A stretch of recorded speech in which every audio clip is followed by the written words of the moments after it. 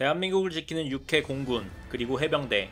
각 군에는 별 중에 별, 국군의 최고 계급 대장이 있는데, 그러나 유일하게 대장이 없는 대한민국의 군, 바로 해병대. 해병대는 유일하게 사령관이 현재 중장의 계급으로 사령관 보직을 맡고 있으며, 해군에 해병대를 둔다는 국군 조직법에 의해 해군 예하에 있는 군 조직입니다. 1970년대 이병문 대장 이후로 대장 계급이 없던 해병대는 50년 만에 해병 대장이 탄생할 수 있었던 기회를 맞았지만 이를 놓치고 말았습니다.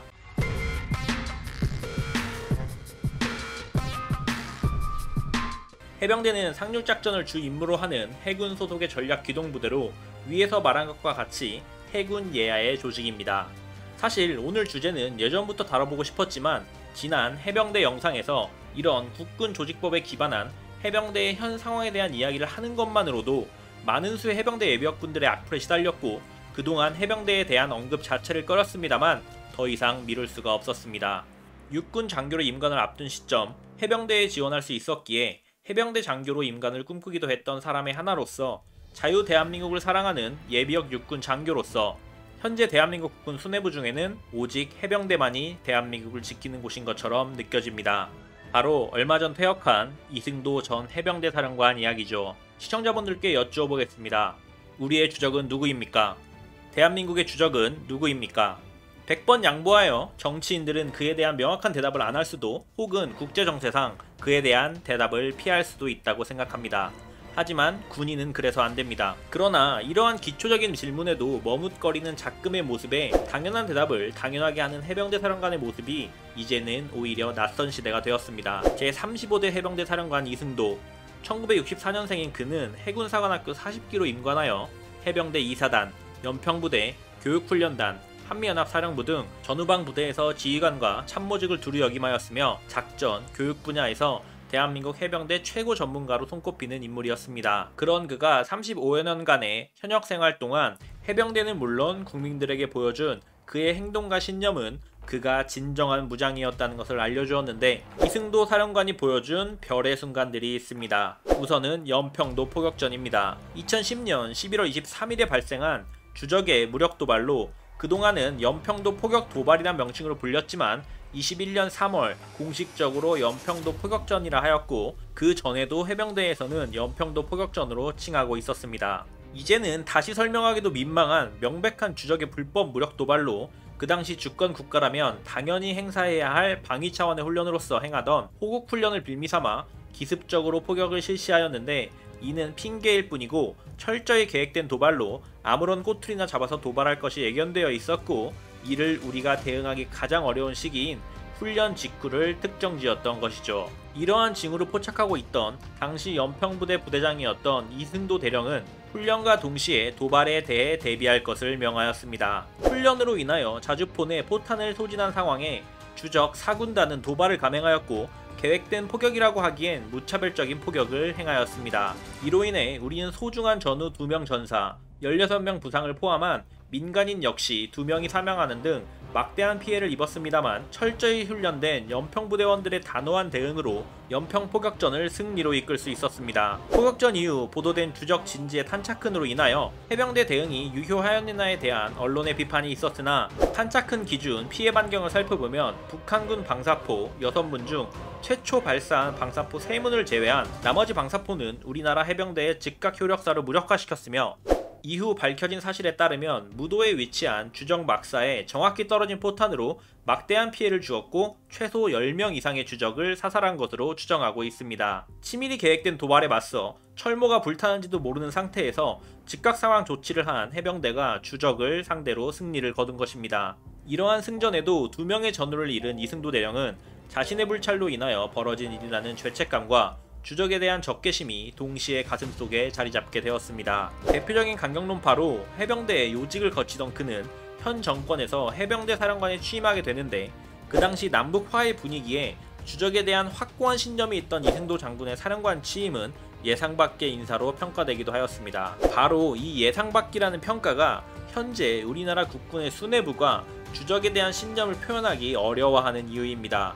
장성급 인사는 물론 퇴역 이후에도 군 경력을 살려 요직을 이어가기 위해서는 당시 정권에 부합하는 자세를 갖추어야 하기 때문이죠. 이는 진보 정권, 보수 정권을 막론하고 동일합니다. 앞에서도 이야기하였지만 정치인은 그럴 수 있다고 하더라도 무장은 주적에 대한 확고한 신념이 있어야 합니다. 이승도 중장은 해병대 사령관으로서 그러한 신념을 당당히 표출하였습니다. 또 다른 별의 순간으로 여겨지는 대목은 해병대 상륙 공격 헬기에 대한 소신 발언과 한박도 초토화, 울릉부대 창설로 주적을 강력하게 압박하려는 의도를 피력한 것인데, 해병대의 주 임무인 상륙작전 시 이를 엄호하고 실질적인 화력도 투사할 수 있는 상륙 헬기 도입에 있어 수송용으로 사용되는 국산 마리논이 아닌 현재 공격 헬기로 운영되는 바이퍼가 합당함을 피력하였는데, 이는 기동성, 생존성의 차이 때문입니다. 해병대의 상륙작전은 주적의 해안 30km 밖, 탐지 범위 밖에서 초고속으로 이루어져야 하는데 마리논은 이를 수행하기 어렵다는 것이죠.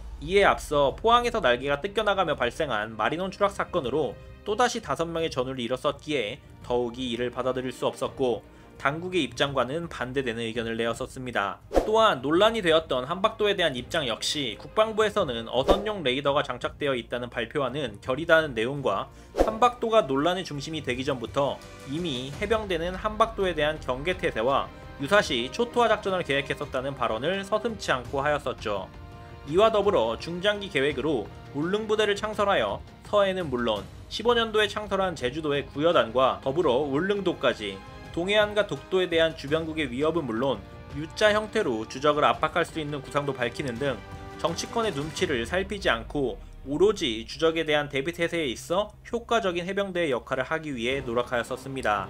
특히나 연평도 포격전을 거론하며 한박도에 대한 초토화 작전을 언급할 때 주적은 이승도 사령관을 대결 광신도로서 연평도 포격전 당시 자신들에게 불소나기 맛을 톡톡히 본 자라는 정확히 사실과 반대되는 이야기를 떠들어댔죠. 가장 인상 깊었던 그의 별의 순간은 누구나 동일하게 꼽을 위의 발언들을 했던 동일한 국정감사에서 발언한 대한민국의 주적은 북한이라고 한 순간입니다. 사실 이런 발언을 가장 인상 깊었던 순간으로 꼽는다는 사실이 조금은 서글프기도 합니다. 당연한 것이 당연하지 않은 것처럼 되어버린 지금 이승도 해병대 사령관의 발언은 오히려 이상하게 보이기도 합니다. 우리 안보를 위협하는 적이 누구라고 생각하세요?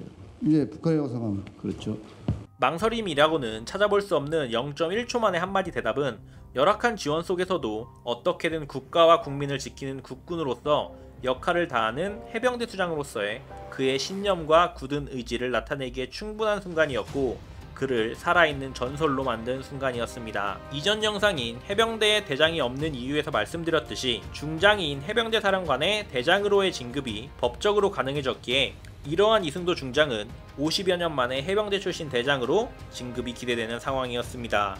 해병대의 규모, 해군 예하 조직이라는 위치, 서열 문제 등 여러가지 허들이 있었으나 유일하게 가능성이 있는 한미연합사령부 부사령관의 대장 진급과 동시에 임명될 가능성이 점쳐지기도 하였지만, 탈북민 강화도 월북 사건 등이 겹치고 김승겸 육군 참모차장이 부사령관으로 발령되며 결국 이승도 중장은 2021년 4월 12일 김태성 사령관에게 지휘권을 이양하고 군복을 벗게 됩니다.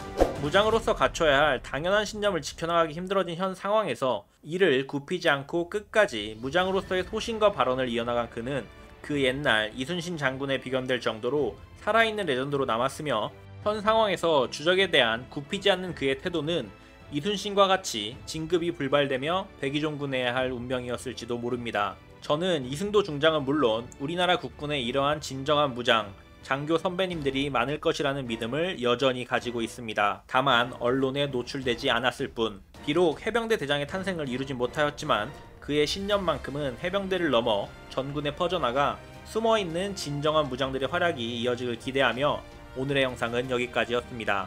계속해서 군대 이야기를 듣고 싶으시다면 구독과 좋아요, 알림 설정까지 부탁드리겠습니다. 감사합니다. 오대기였습니다. 진군!